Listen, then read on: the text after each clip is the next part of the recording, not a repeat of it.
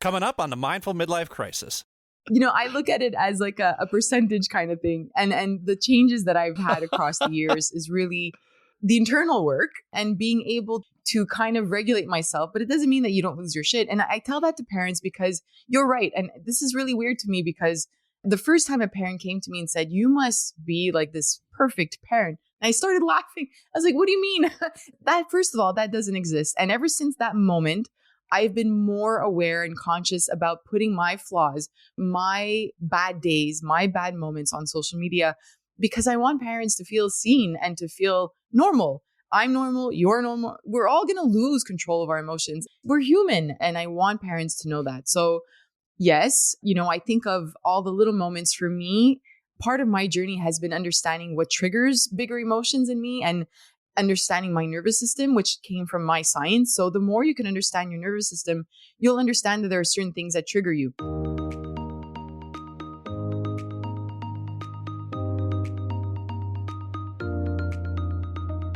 Welcome to the Mindful Midlife Crisis, a podcast for people navigating the complexities and possibilities of life's second half. I'm your host, Billy Lahr, an educator, personal trainer, meditation teacher, and overthinker who talks to experts who specialize in social and emotional learning, mindfulness, physical and emotional wellness, cultural awareness, finances, communication, relationships, dating, and parenting, all in an effort to help us better reflect, learn, and grow so we can live a more purpose-filled life. Take a deep breath, embrace the present, and journey with me through the Mindful Midlife Crisis.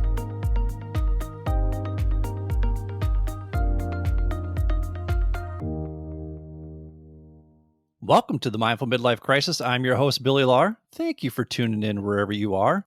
The purpose of this show is to help others navigate the complexities and possibilities of life's second half with more curiosity, compassion, openness, and awareness, so you can take inspired and intentional action to jumpstart your life. I do this in two ways.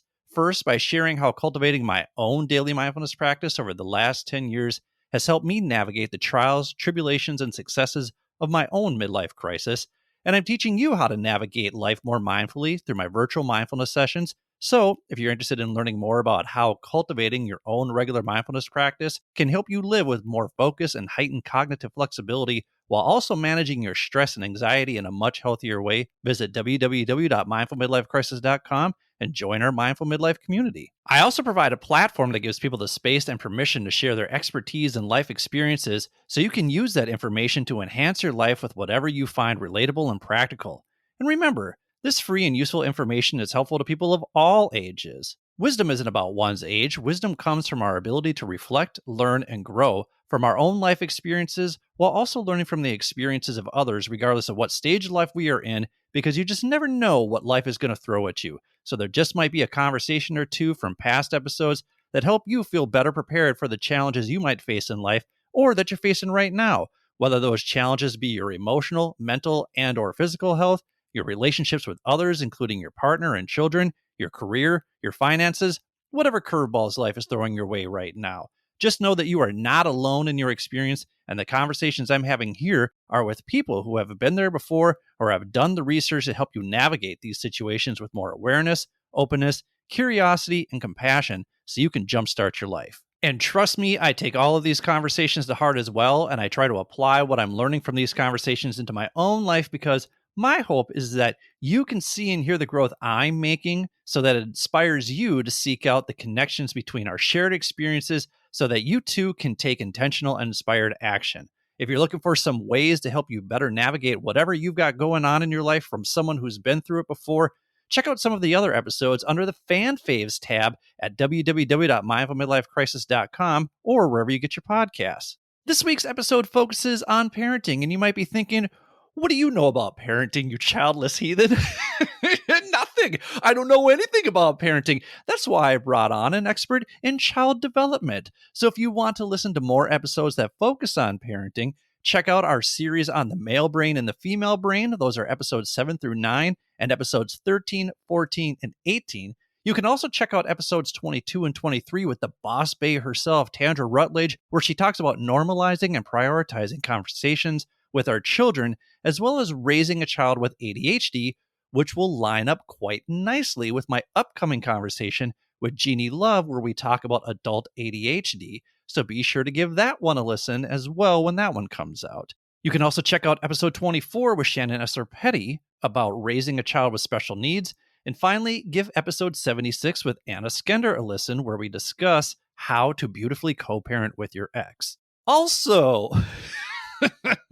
our guest this week gets a little feisty with some of the parenting advice that's out there. So even though this episode is all about parenting, you may want to earmuff the kids if they are in the car with you. All right, just a fair warning. So with that, let's meet today's guest. Our guest today is Dr. Cindy Hovington, a mom of 3 with a doctorate degree in neuroscience. She is the founder of Curious Neuron, co-founder of Wondergrade, which is an app you can download on your phone that supports all members of your family through short emotional regulation and mindfulness activities. She is also the host of the Curious Neuron podcast, which supports parents by offering scientifically backed parenting advice. You can follow her on Instagram at curious_neuron. She is here today to talk about investing in your child's emotional learning. So welcome to the show, Dr. Cindy Hovington. Hey, Billy. Thanks for having me. Absolutely. I just found out that you're from Montreal, Canada. And this whole time I've been living this lie. That's fantastic. Montreal is very high on my list of cities to visit. It is a beautiful city. I am biased. Obviously, I'm from here, but there's so much to do around here, and the food is great, and the people are, on average, friendly. On average. You don't have that French snootiness that's so reputable for? No, that's the thing. It's the language police that do it for me. That it's a real thing. So as somebody who grew up here with a mom who spoke only English and a dad who spoke only French, I learned both languages. Both are important to me, but the language debate and the language issues here are real. So as long as you're a tourist, you're fine. You can speak English. That's good to know. You don't get in trouble. That's good to know. Glad to hear, because my French is terrible. So we always like to have our guests start off with the 10 roles that they play in their life. So what are the 10 roles that you play in your life? That was so fun to do. I haven't really taken the time to think about that, but obviously I'm a mother of 3 kids, and that's my first role. I'm a wife. I'm a neuroscientist. I'm an entrepreneur. I have 2 companies now. Then I didn't know where to go after that. And it's funny because we don't really take the time to continue seeing who we are, but I definitely am a bookworm. I am a music enthusiast. I have always been. Miles Davis was the first CD I ever bought with my own money. Music is my thing. And then you're listening to music outside. So I'm a nature lover for sure. A bread maker. I love cooking and baking, but bread is my thing. And I'm real drawn to water. I mean, anywhere where there's a river, I will grab a book and go sit there. It doesn't matter where it is. If there's water, I am there. So yeah, those are my 10. It's interesting because I like doing this 10 roles activity because it's easy to just rattle off the first 4 roles because those usually come naturally. Yeah. Usually someone is a spouse, usually someone is a parent of some sort, and then they list maybe their roles. But then when you dive deeper into roles 5 through 10, you're like, oh, what is it that I enjoy doing about myself? So I like asking that question. I think it's a great way to get to know people too. And it's fun to see sort of the creative responses right here. And a music enthusiast, I too am a music enthusiast. My first CD was MC Ren's Kiss My Black Ass. So a little bit different style of music than what you listen to. What are some of your other favorites in the music world? Yeah, well, I was going to say my first was Miles Davis and my second was one of Biggie's CDs. I forget which one it was. There you go. And then there like you go. Puff Daddy in the Days and Mace. So I think for me, people are very confused in terms of like my genre of like music because I have like AC/DC on my list. I have, a lot of rap music. I like pop as well. And then I have jazz, like really good jazz music. It depends on the mood and I will listen to just about anything. But I appreciate music so much. And it's hard to know what is my favorite. Too many. You have an eclectic taste, a well-rounded taste, well-versed taste. Excellent. Yes. Excellent. You're drawn to water, and that's actually one of the things that you're looking forward to in the second half of life. If my geography serves me well, Montreal is not surrounded by a body of water, but you have a river that runs through it. When you think about, as you move towards retirement, do you want to go somewhere where it's warmer? Because Canada is not known for its summery weathers, and I'm sure it has harsh winters there as well. Do you think about going somewhere warmer where there is a large body of water? Yes, That's definitely what I picture. Yes, you're right. Montreal is very cold. I remember posting about the temperature this winter at one point. It was minus 43 Celsius. And I did the conversion to Fahrenheit. And I think I ended up with like minus 40 something Fahrenheit. Somebody wrote back to me and said, it's wrong. It's impossible. And then they did the conversion online. And they're like, it is? That can be. Like, how are you able to go outside? And there was a warning not to go outside because of how cold it was. Anyways, all this to say, yes, I want to move away from this. And for me, here we're really big on going up north, which is like some sort of cottage area in the forest. And there are lots of rivers here in the province of Quebec. And Montreal is actually an island. So we are surrounded by water, but rivers. We use the water. We were able to, you don't really swim in it, but you have boats. But I do want to go where it's hotter. I don't know where yet. My husband's Italian, so he would argue somewhere in Italy, but I don't know where life will take us. But definitely, I need to see water from wherever I'm sitting in my house. Hopefully, I feel like Monaco was a good spot for the two of you. It seems like a happy medium between Italy and France. I feel like I've solved this for you already. All right, fantastic. I'll take the spare bedroom in Monaco when you get there. Yes. Yes. You're also looking forward to being a mother and a wife in the second half of life. It seems like your work is very much connected to these two roles and helping others regulate themselves emotionally so that they can be better parents, so that they can raise emotionally healthy children, so that they can be emotionally healthy spouses. So how often do you use your neuroscience background to your advantage to maintain senses of civility in the house? Every day. It's been yes, and I wrote that for the second part of my life, because I will forever obviously be a mother and a wife, and I look forward to sitting comfortably with those roles, because right now it's mixed in with owning companies and work and all of that. And the other five, like you mentioned, the bookworm and music and all that, like just being able to sit and read a book is really very rare that I can do that. So I'm looking forward to the second part of just being really into being, having those roles. And I do use the science a lot. I use it every day. But what's interesting is that I knew the science coming into parenthood, but I didn't realize that I wasn't applying it. And there was a lot of unlearning and a really long journey for myself that allowed me to be where I am today, in the sense of having more control over my emotions. And my kids see it too. They recognize the difference from, a couple of years ago to now. My husband has as well. To have those, and we're going to talk about this, but emotions play such a big part in our lives, not just as parents, but in relationships, in friendships, in our careers. And if we can have more control over emotions and know how to cope with stronger emotions, we do build stronger connections with people around us. So taking that science from my PhD and starting to apply it as a parent, and then realizing I had to unlearn a lot and then relearn some things, that changed everything for me.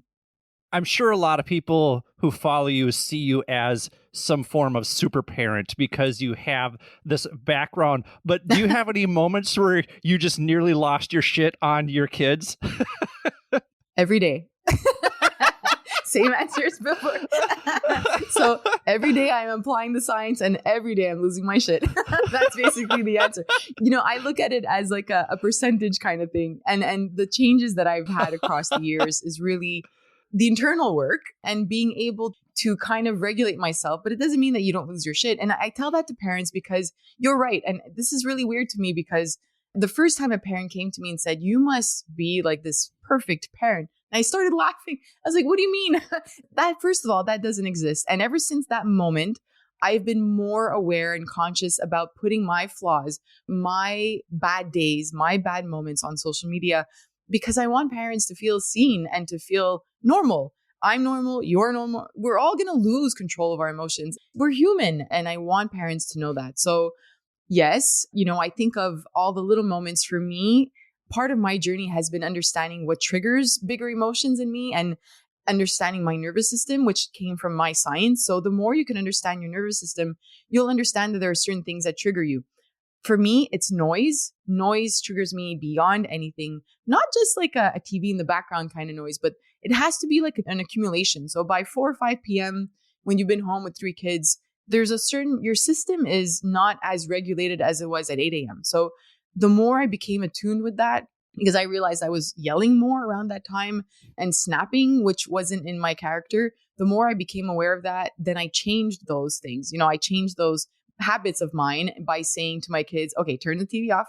And if they run around, obviously, then I lose it. But then finding activities that they can do, they can help me with dinner. They could play with Play-Doh. They can color or paint, something that just brings the level of noise down. And that helps me regulate myself. So I've become more aware of my system. That's like the little mini things. But for me, the biggest change was after I had my first child, where she was about 2 years old. I had just given birth to my second child. And I lost it on her. I yelled for absolutely nothing. Like, she was just coloring and she kept asking about something, and I got frustrated.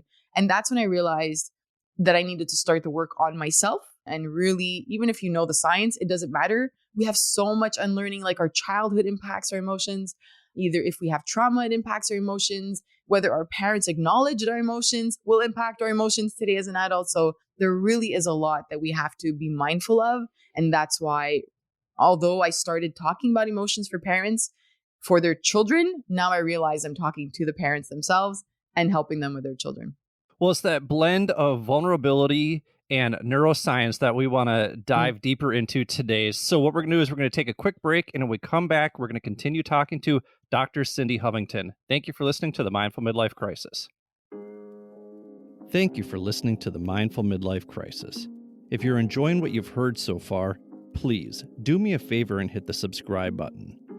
Also, giving the show a quick 5-star review with a few kind words helps others find and benefit from this podcast just like you are.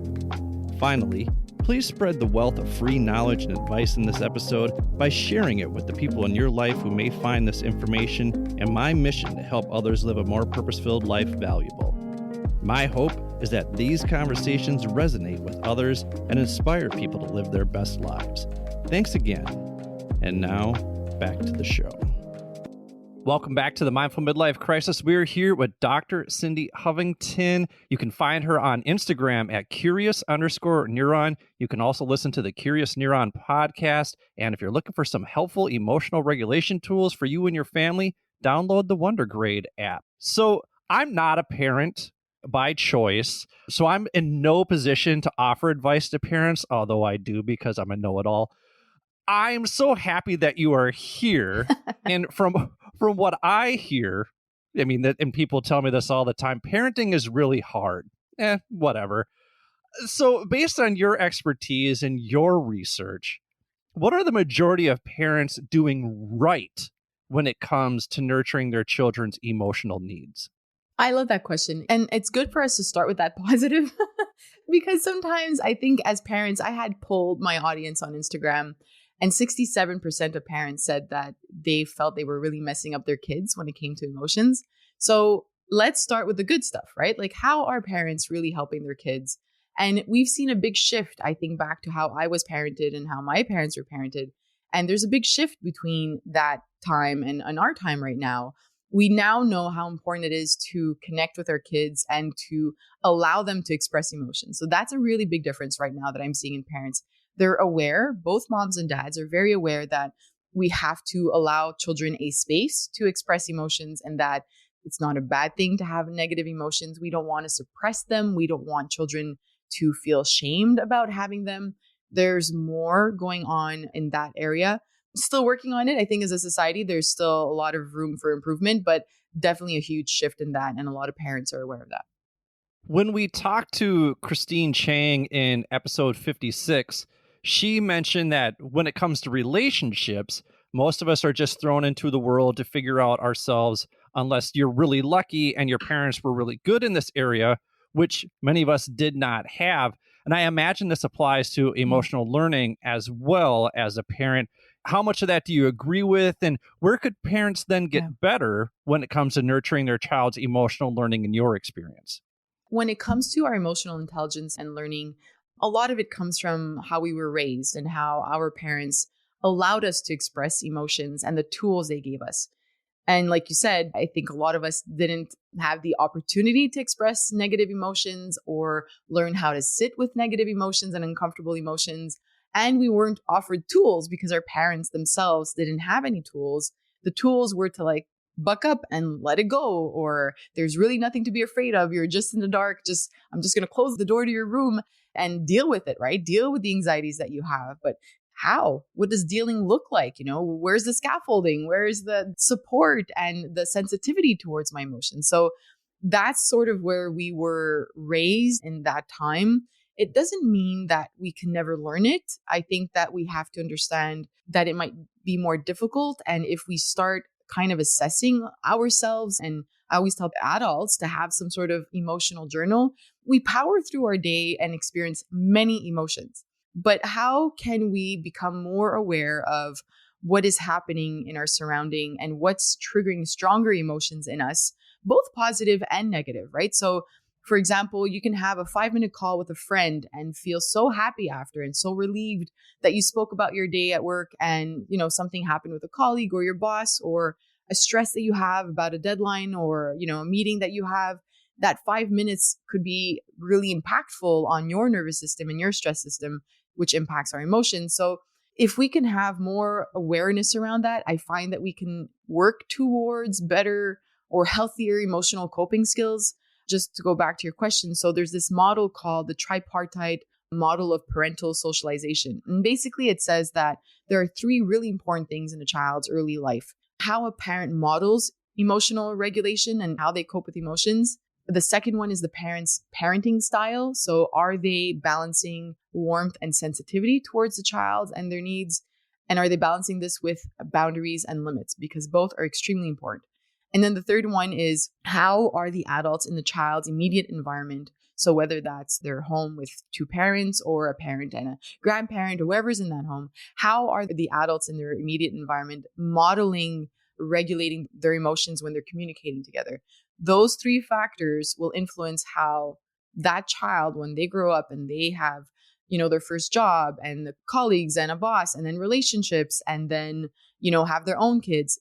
Those 3 things are really impactful on that child's skills. So again, if we think back to our childhood, many of us didn't have any of those 3 growing up. So that means that now as adults, we really have to kind of step back and assess ourselves. When we're in a relationship, are we telling our partner that we're fine when we're not, right? Are we suppressing our emotions and ruminating on them? Are we stuck with these negative emotions, going to bed, still thinking about it? What should I have said differently in that conversation that really upset me, but I didn't say anything? Like, are we struggling with setting boundaries? Are we struggling with, there's so much around that.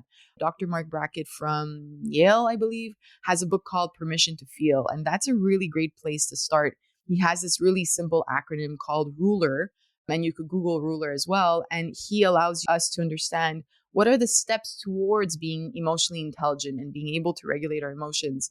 And the first one is recognizing it.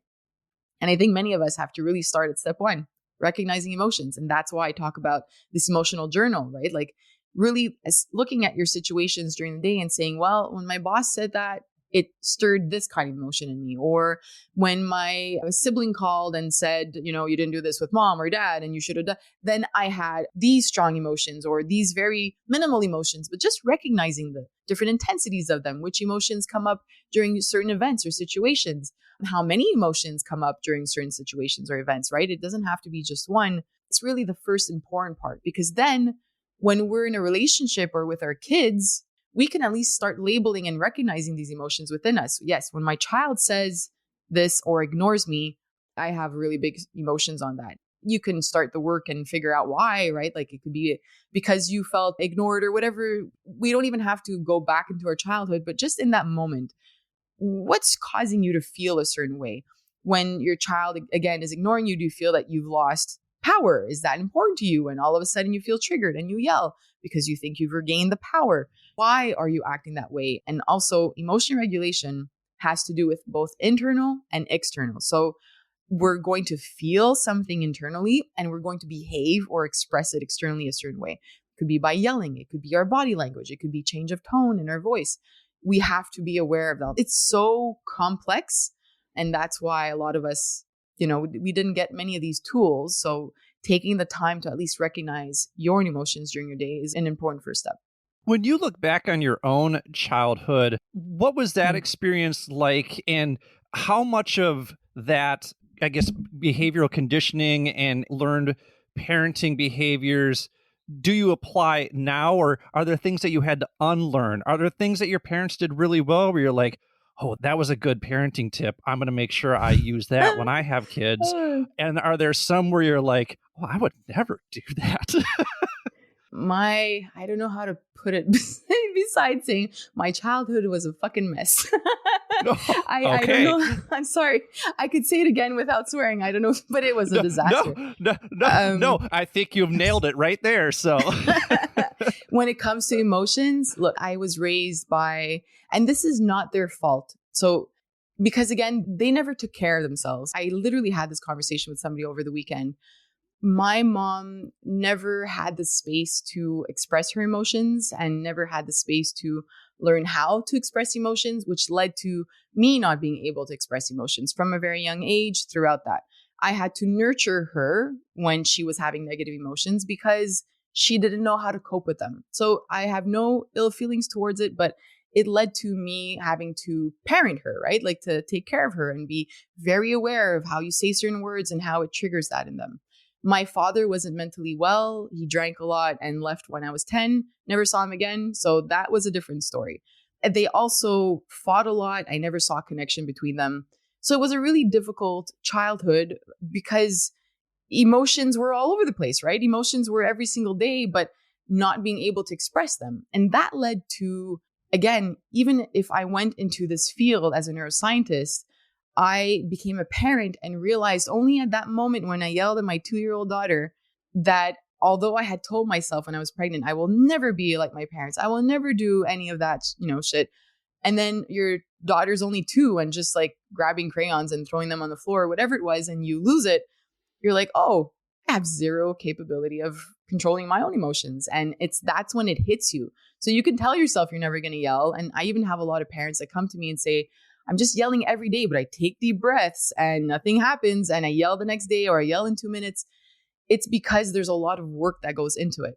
I think it is important that we go back to our childhood, just like I did. I had therapy. I started really taking the time to assess myself. And that's what made a big difference. We cannot power through the rest of our lives without thinking about how our own emotions impact those around us. Whether you're somebody who internalizes and says you're always fine, or you're somebody who explodes all the time and externalizes emotions through behavior like that, it's going to have an impact on the people around you. And that's what's important. So it's really being aware of that. So yeah, in terms of emotions, I had a okay childhood in all, but when it comes to emotions, it was a bit of a disaster. And it's because my parents never put the work into working on themselves, which is another difference, right? In today's society, I think we're really taking the time and we're realizing that we need to do the work on ourselves, and emotions is a big part of that. Do you get pushback from the tough love community? Yeah. Yes. I do a lot. I do. And I'm okay with that because change takes time. And I'm also okay with that because the way that I approach everything in my life, which is through curiosity and compassion. And a lot of that community will have reasons for doing the way that they do. I had a really interesting conversation with somebody a couple of weeks ago who said, Cindy, everything you talk about, I can't apply. I'm a single mom. I'm living in this community in Philadelphia, or it was in the city maybe of Philadelphia, where she said it was really violent and very hard to find childcare. So you often leave your child with neighbors and they might be arguing, kids hear gunshots very regularly. And she said, I listen to what you're telling me and I know that's going to have an impact on their emotions and their development, but I don't have another way, right? So that's why whenever somebody tells me that they're doing it a certain way, I approach it with curiosity and compassion because I haven't walked a mile in their shoes. So yes, there's pushback, but something I have to be adamant about is the child, their brain development, and their emotional well-being. And I stand by the fact that there's a lot of research that shows us that any type of spanking or any type of authoritarian parenting, which is the old way of doing things, but still present in our society, I stand by the fact that research is very strong on that it will have an impact on the child in some sort of way. And the argument I get back, or the sort of reply I usually get when I say that is, but I was, spanked or, shamed or whatever it was. And I'm a doctor today. So what do you have to say to that? And my response to that is there's no research saying that you can't become a doctor after being spanked. But how do you handle your emotions? How are your relationships? Do you internalize? Do you externalize? Do you yell at your child? To me, a parent who is spanking is a sign that you're not regulating your emotions, right? It's very easy for a child to say or do something where you want to lose your shit as an adult, even with a partner. But are you able to take that breath and say, hold on a minute, this moment is causing me lots of anger. I need to step away from it. I need to come back to it in a couple minutes. Or why is this moment causing me so much anger? I'll address that later tonight when I journal or when I'm by myself. But right now, I need to address the fact that there's a human in front of me that needs me. And if they're hitting their sibling, there's an underlying emotion to that. If they're throwing things, there's an underlying emotion to that. Every behavior, especially in a very young child, and I would argue in adults too, has some sort of underlying emotion, whether it's anger or shame or not feeling seen or some sort of need that they have. There are underlying emotions. So if we can, as a society, if we can start seeing it that way, then maybe we can change things a little bit more towards that. You touched on nature versus nurture a little bit. So we're going to come back to that towards the end of the episode here. I wanted to talk about this because I thought this was a really interesting post on your Instagram. You posted that parents often come to you to ask for assistance in helping their children cope with anger and anxiety, but very rarely do they ever ask you to help their children sit with sadness. Yeah. So why is it so important for children to learn how to sit with sadness, and how do you help parents teach their children to sit with sadness? Thank you for bringing that post up. It's one of my favorites because it is a common question, or like it's something that I had noticed in the past couple of years. I think that parents come to see me for the anger part and worry too, but the anger because it's very easy to notice it and to recognize it and to be annoyed by it or frustrated by it as a parent, because anger will present itself in a child by hitting or screaming or scratching a sibling or throwing something or stomping their feet and yelling. And we're very quick to label that as terrible twos or tantrums. And, yes, the anger is there and we're seeing the behavior and we're annoyed about that behavior. But how are we supporting that emotion? So, yes, that's what I hear. But here's why I addressed that in the post. Because if we ignore sadness, if we tell our child there's really nothing to be sad about right now, just, they could be sad about such small things to us that seem insignificant. They ask for a blue cup and we give it to them and all of a sudden they're sad. And you're like, well, I don't understand because I gave you literally what you asked for. Or, disappointment, which I'll kind of put in the same category. But all of these sort of negative, uncomfortable emotions, we are told to quickly move past them and to find ways. Like I've seen parents too, and I've done it a few times with my babies when they were small too. They start crying and you take a little rattle and you're like, look at this, look. And you try to distract them from that uncomfortable, sad emotion. Not that it's damaging to them, especially when they're small, but as they get older and they feel sad, we want to scaffold what it looks like to move past it. You can sit with it for a little while. I don't have to change your mind right away. I don't have to change your thoughts or whatever it is in that moment. If you're sad because you wanted, I don't know, the blue bike at the store and they only had red and you ended up with red and you're disappointed or you're upset about that, I can talk you through it. As a parent, what I suggest is give them opportunities to speak about it. We often, as parents, whether it's a pet dying, a family member dying, something uncomfortable, something that happened to our kids, we don't want to talk about it because we don't know how to talk about it and we don't know how to help them sit with that sadness, right? So it's usually like, well, if I don't talk about it, I hope they don't bring it up. And then maybe they'll move past it. But what we have to do is actually bring it up. I had interviewed somebody for my podcast who was a specialist in kind of talking to kids about somebody who has a chronic illness in the family or a death in the family. And they said to bring it up like on Saturday mornings, not at nighttime, because then a child could kind of ruminate and sit with that really uncomfortable feeling of not knowing or that sadness. But on a Saturday morning when they have all day to think about it, come back to you with questions, and then you can have conversations throughout the weekend. Find moments to speak to them about that sadness. Don't ignore it and hope it goes away, because that won't give them the outlet. And what it will teach them is when you're sad, you need to find ways to move past it, whether it's with food or something, that will make you feel happy in that moment. We don't want that. We want to avoid that kind of habit. So it's really important to talk about it. It sounds like the goal is not to comfort your child, but to give them an No, opportunity to process it. exactly. Yes. Not to say that you can't, if they need a hug while they're crying because their dog, passed away, that's okay. But don't ignore it and don't say like, let's go have an ice cream. We'll forget about it. It'll be fine tomorrow. You want to avoid that. You really want to take the time to say, you want to go for a walk and talk about it, or let's talk about the memories of that dog, like, what did you like doing with that dog? Or what makes you the saddest right now? It's okay to have those moments when they're sad and to sit with the sadness, stay with it if you need to, and then move past it at your pace. I want to give you an opportunity to go on a rant about why you dislike the phrase the terrible twos. Thank you. I don't know how to, I'm not sure how to say this in a quick rant because I think adults have terrible twos. I'm in my terrible almost 40s. I'm in a couple days and weeks. We all have those moments. And I think it's so unfair to label a kid who has a brain that's just developing. The amygdala, the emotions part of the brain. You said rant, so sorry. But you see the emotions being stirred in me right now, actually. The amygdala, the emotions part of the brain, is developed when they're born. But the amygdala speaks to the frontal lobe behind your forehead to say, hey, I'm feeling super mad right now. What do I do with this anger? And the frontal lobe only finishes developing when we're about 25 years old.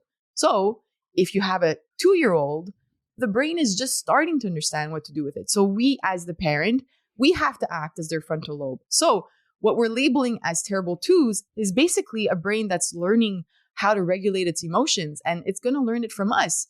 And when we label a child as a brat or a pest or, oh, not another tantrum, we're not going to handle their emotions and be supportive, like I had said before, being sensitive and warm towards our kids. We're not going to respond that way because they're terrible. They're brats. So if we can change that in society, if we can abolish the word terrible twos and see it as like, teach me twos, right? Like that's the time that they really need us to teach them.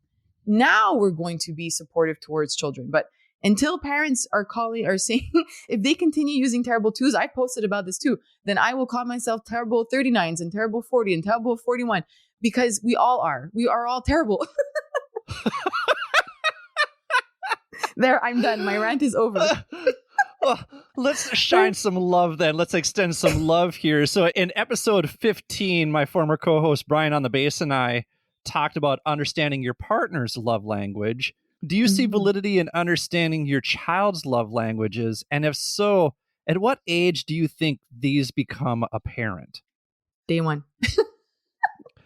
So it's true. From the moment your child is born, you will notice a temperament. I have 3 kids. I call the first one air, the second one water, and the third one fire. Because it really describes their temperament very well. And from the moment the child is born, you'll notice that they respond certain ways, to needing you or to certain events. And especially when they become, when they're in their toddler years, 18 months, 2 years old, 3 years old, now you're even seeing it more intensely where you can see certain situations that trigger emotions. So if we could start being more attuned to them, I don't know what the word would be, but there is some sort of emotional language for each child.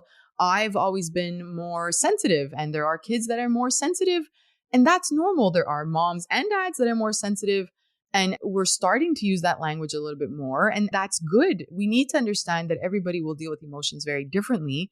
There isn't a one size fits all. So if somebody offers you some sort of fix-it solution that they say like this will make your child stop their tantrums, or this will help you as an adult, like completely be in tune with your emotions and fix everything. It's not true. There isn't a one size fits all. You really have to be attuned to yourself to know what triggers you and what causes you emotions, what kind of emotions, what intensity. And we need to do the same with our kids. So it really comes down to us being sort of like this emotional detective. Mark Brackett talks about like the emotional scientist in all of us and really tuning into that. And I agree with it. It has to be some way of us really recognizing our child in terms of how they cope with emotions. And once we understand that, then we can offer them better tools.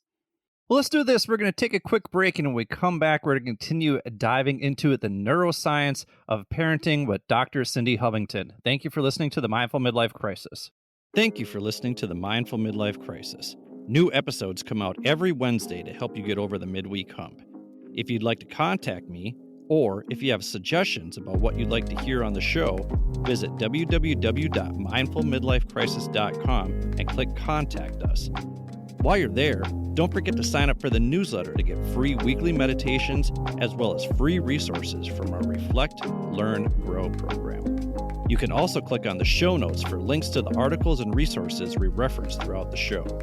If you want to check out my worldly adventures, follow me on Instagram at mindful_midlife_crisis. My hope is that my trials, tribulations, and successes will inspire you to take intentional action to live a more purpose-filled life.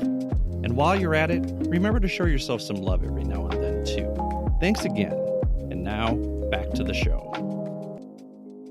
Welcome back to the Mindful Midlife Crisis. We are here with Dr. Cindy Hovington, a fired up Dr. Cindy Hovington, if I do say so myself. You can find her on Instagram at curious_neuron. You can also listen to the Curious Neuron podcast. And if you're looking for some helpful emotional regulation tools for you and your family, download the Wonder Grade app.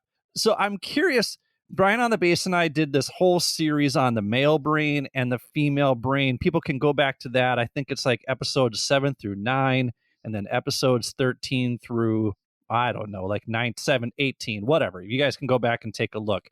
But we found those fascinating. And Brian is a dad of 3 boys. We had my friend Judy Goslin on, who is a mom of 2 young ladies. You know, she talked about how she sees her girls, and Brian talked about the chaos of having 3 boys. And what's funny is his boys are very different in a lot of ways. I'm wondering, is it fair to examine the differences in behavior in boys and girls when we talk about brain development and in correlating that with them becoming adult men and women so objectively, so binary, as long as we consider nuance and context and individualism? Is there something to this brain science? Because it sort of feels like a controversial topic to say that men have this brain and that's why they behave this way, and women have this brain and that's why they behave this way. I'm curious to get your thoughts on that. So no, I don't think we should be comparing boys and girls or men and women when it comes to emotions. There's a difference because of how we're raised in society. And, that's what's going to influence how we respond to our emotions. But, there's some research that shows that men are more aggressive in terms of expressing their emotions. And there's some research that shows that men have more cortisol, like higher levels of cortisol or stress hormones, because they're not expressing their emotions, and women do express emotions more. But now there's a study that came out in 2021. And what they did is they looked at the brain structurally in terms of the different parts of the brain, including the amygdala and emotions. And it was a 3-decade-long meta-analysis. So they looked at 3 decades of functional and MRI studies, fMRI and MRI, and looked at how do the brains of these men and women function differently when it comes to emotions. And there were no differences. It was a 1% difference, so something insignificant. And I think it comes back to that conversation and how I talked about the brain before and how it forms. The amygdala is the emotions part of the brain, and it talks to the frontal lobe. And it's the first couple of years and their environment that will teach a person or a child how to cope with emotions. So that is an environmental thing. And that comes back to the nature and nurture thing too. So their environment will shape how they learn about their emotions, how to cope with emotions, how to move past these emotions. But when it comes to the structure, there are no differences. And when it comes to the functionality of the brain, there are no differences. It's really about the environment and what they're around. And there's a temperament thing too. I didn't look at the temperament part of it, but when it comes to structural differences, there are none. What about the biological differences? It almost sounds like you're saying Dr. Brisendine's research is outdated and inaccurate. Am I reading that right? From this study, that was the most recent one that I could find in 2021, and I can share the link with you and your listeners as well. Yes, that sort of is an outdated way of thinking. However, I wouldn't So again, because there are many ways that we can look at it, this was a structural difference. There are no structural differences. But yes, I think that, like I said before, there are studies that talk about like aggressive behavior being higher in men, cortisol levels being higher in men. So when you look at these types of studies, there are differences. And I think Mark Brackett talks about differences in his book too. But that's why I wanted to do a bit of a dive and look at the recent studies and what they're saying. And structurally, there are no differences. I really do think that when it comes to emotions and our ability to regulate emotions, we need to look at it as an individual thing. Again, because temperament will have an impact on that. And our upbringing, if a child happens to be in an environment where there's an adverse childhood experience, which is any type of trauma or abuse or neglect or household dysfunction like an incarcerated parent or divorce, all that will shape their ability to regulate their emotions, and all that will have an influence on their mental health. So there are so many factors in a child's early environment that will influence that. It's really at an individual level, I would say. And I'm sure this could be a good argument with many other scientists or researchers, but I think we're slowly starting to see that we have to stop looking at it as we'll deal with emotions this way with a boy or girl. Yes, boys will I have two boys and a girl, and there's definitely a difference. Even if I'm trying to create the same environment, they have differences, but it's their temperament. They were literally that way from birth. And I try to approach helping them with their emotions the same way. I don't know how they'll be later on, when they're adults, but that's what I'm trying to do, like to really see them as an individual. Do you feel like the flood of testosterone and the flood of estrogen into boys and into girls plays any role in the emotional development and how the brain processes emotional development? Because you've said structural development here a couple of times. Yeah, so exactly. I'm Yeah. just curious more about the biological development, or are they not mutually exclusive? No, that part I didn't look into. I was just looking at this structural difference. Yes, I would think that there would be a difference. And I think that would have an influence on how they cope with emotions. But again, it's so heavily based on, so there is that biological difference, but I don't know how significant it is when you take into account the environment, right? Like you can have somebody, and I look at my children too, you can have a child that is extremely sensitive to the environment, or another child that, like the one that I call fire, that just like snaps from 1 second to the next. But I've seen the changes as you're applying those emotion regulation skills. Like the one that I call fire today, as he was playing with his sibling, he's like, I'm really sorry that I yelled at you before. And I was like, oh, this kid's 3.5 years old. That's really cool. Wow. So just to say that there are possibilities of, because the environment plays such a big role, you can have that child who's a boy, who's aggressive, who's, biologically for whatever reason. But I think there are ways to shape that environment to help them be able to regulate emotions in their own way. That's healthy. When we talk about young men, particularly Scott Galloway is now on the forefront of talking about the perils of young men and young boys with regards to how mental health is communicated to them and how it's having an impact on them in larger society. I'm fearful for the future because there doesn't seem to be a balance in how we communicate emotional regulation. It's either boys don't cry, or we're sitting around in a circle singing Kumbaya. So when we're teaching young boys social emotional skills, I think about our guest from episode 81, Ed Lattimore. He has a tweet that goes something like, I'd rather be a warrior in the garden than the gardener in the war. And when we talked to Pradeep Sangha in episode 67, he talked about how to develop more mindful alpha males. So how do we achieve this balance in communicating emotional regulation to boys so that they are mindful alpha males, or is that not an objective? No, that's really important. And you're right about the mental health piece. Part of what I do with Curious Neuron and Wondergrade is try to turn the conversation a little bit more to dads, because it is something that we need to talk about. I've had a lot of dads reach out who are struggling with their mental health or even had postpartum depression or anxiety that went unrecognized, and they're alone in this journey and they have to be the strong one in the relationship. They feel, one dad said that he never expressed what he was going through mentally because he felt bad. His wife was also going through postpartum depression and he just felt like he had no right to experience it. So we need to have more of these conversations because there are a lot of men out there, including, like I said, my own upbringing and my dad who, was clearly not well. We have to have these conversations more for dads and men. So yes, part of that conversation is making sure that we create a safe emotional space for them. Many dads that I've spoken with did not have an emotionally safe space to say, hey, I'm sad, or I'm really mad at my mom or dad right now, like to say it to them, because that was perceived as wrong, or how dare you be sad? Don't be a baby, don't be a wuss. And we need to really get rid of that language, especially around boys or girls, both. But obviously, if this is more prominent in boys right now and men, we need to figure out how to create that emotionally safe space for them. I love that you painted that contrast of like the kumbaya or like the fighter kind of thing, because there was a dad, I was giving a workshop here in Montreal, and I spoke about modeling emotions to your child, and that it's okay and important for you to say, I'm really overwhelmed right now, for obviously whatever your reason is, make sure that it's developmentally appropriate. But having moments where you say, I'm really frustrated with whatever it is, or I'm feeling sad because something happened, and again, developmentally appropriate. But this dad raised his hand and said, I understand what you're trying to say, but aren't I the authoritarian person in my child's life? Why would I model a weakness? And that marked me, it kind of like, I took a second to respond to that. But my answer was showing that you struggle with coping with emotions, or that you are feeling something, makes you human, not weak, not less than. It makes you human.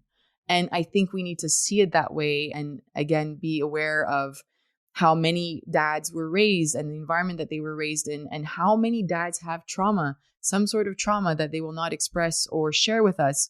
And it's externalized as behavioral or aggressive emotions, because it's easier to express it that way than to deal with some pain, right? So we have to create safe spaces for them. And it even comes out in relationships, and if somebody never wants to share emotions and they're not comfortable with that, we see it as something wrong with us, but we might not see it as they never had that emotionally safe space, and they might not know how to ask for that emotionally safe space. So we have to continue having the conversation around emotions, which goes back again to that journal, right? Whether you're in a relationship, whether you have kids or you don't, whether you're a grandparent. I have grandparents that reach out to me very often saying, I don't know, I didn't create that emotionally safe space for my own kids. I want to make sure that I do that for my grandkids.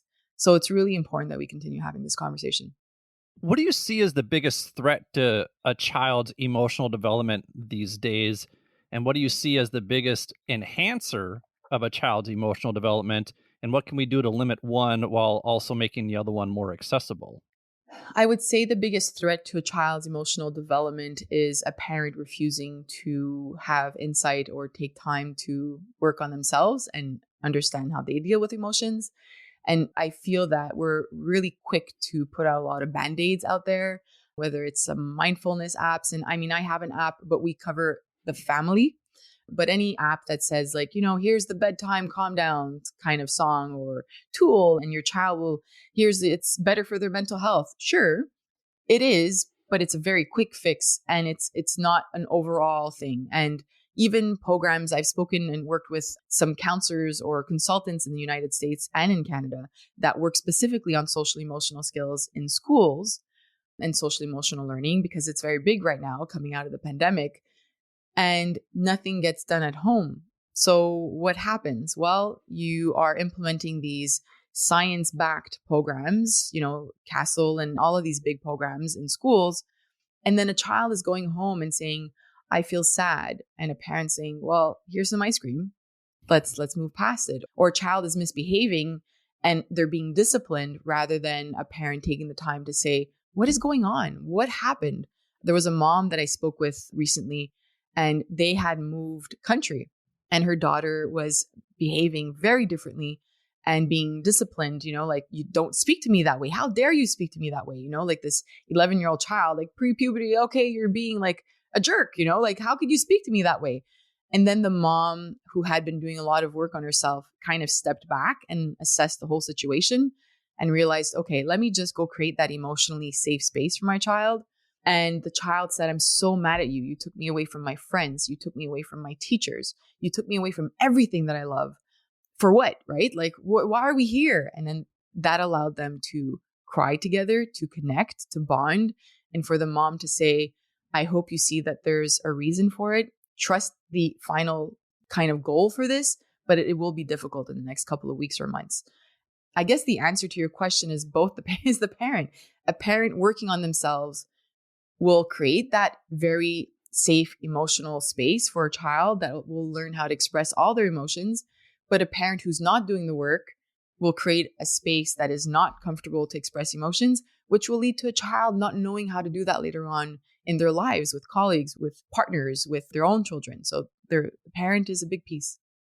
What do you say then to the parent who says, I just don't have the time or energy to put into this because I'm a single parent and how am I supposed to Yeah. work on myself when I have to keep one good eye on my child and what the other good eye on working on myself? So how do you help Mm. parents balance, okay, you need to work on yourself Mhm. so that you can be a pillar of emotional support for your child as well? Obviously, there's work that could be therapy and there's work that could be reading books and taking courses, but let's bring it back to the minimal thing that you can possibly do. And that's just being more aware and more attuned to emotional situations. So, and again, I was raised by a single mom, so I saw what not doing the work led to. And all I would want a parent to do is when you wake up in the morning, I could only think of Mortal Kombat. Mortal Kombat, that's what I played when I was young. But the sort of meter that it's green, yellow, and then you get punched again and it's red, and then you get kicked and it's like flashing red. So, but if a parent could think about that when they wake up, and that is your dysregulation meter, right? And the nervous system being dysregulated means your nervous system for some reason feels out of control, and nervous system being your brain, obviously, but you feel out of control or you feel unsafe or unseen for whatever reason. If you can just picture that sort of meter, whatever the name of that is, in your mind when you wake up, because waking up isn't a new day, doesn't mean fresh emotions, right? Emotions can carry over from the night before. And what happens is that we're powering through these days without any awareness, without being attuned to our own needs and our own emotions. But if we wake up and we say, where am I? Am I in the green zone? Am I in the yellow zone? Am I red? Am I red flashing? If you wake up and you're in the green zone and your child loses their shit during breakfast for whatever reason or spills the milk, then you're going to have a lot more control of your emotions. You'll be like, okay, don't speak to me that way, but I see that you woke up on the wrong foot. Let's just get out of here, whatever it is. But if you're in the yellow zone, you might snap at them. Or if they spill the milk, you might yell at them. And you realize only after you yelled, I shouldn't have yelled. What was the point of that? But I did because I wasn't in my green zone. My nervous system wasn't fully regulated. That means that if you're in the yellow zone, take a pause. Don't respond right away to your child or partner. Create a space between their action and your reaction. And if you can do that, then you have time to speak to yourself. I'll use myself as an example. If I had an argument with a family member and I go to bed, I often wake up still dysregulated. I'm still uneasy. I'm not in my green zone. So if my partner says something, or I thought there was milk and there's no milk in the fridge, and now my kids are like, but I want cereal today, I'll remind myself, Cindy, you're in the yellow zone. Take a breath. There's almond milk, if they want, or whatever. There's solutions, there's toast, there's whatever, anything else. But instead of just saying, there's no milk, leave me alone. What can I do? That's how I would respond if I didn't take that pause. But if I take that pause, I could remind myself, I'm not fully regulated. It's okay. It's not their fault. They just want milk and they don't understand, that there's no milk or whatever it is, and respond differently. Just that will have a huge impact, not only on how you respond to people around you, but on how people respond to you as well, whether it's your child, your partner, or a colleague. You won't snap as often, or you'll be more regulated. If that's the minimum that you can do, I'm happy with that.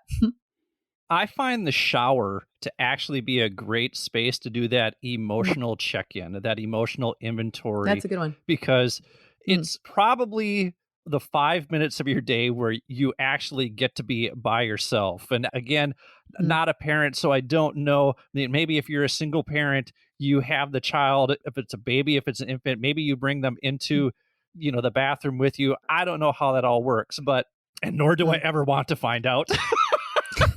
But I feel You're like never alone. that shower is your 5 minutes to do that emotional check-in, to be like, okay, where am I at to start my day? And if I'm at level green, if I'm at level yellow, if I'm at level red, if I'm at level red, what is it that I need to regulate my emotions so that I don't unleash the fury on somebody? I used to do this all the time when I was teaching.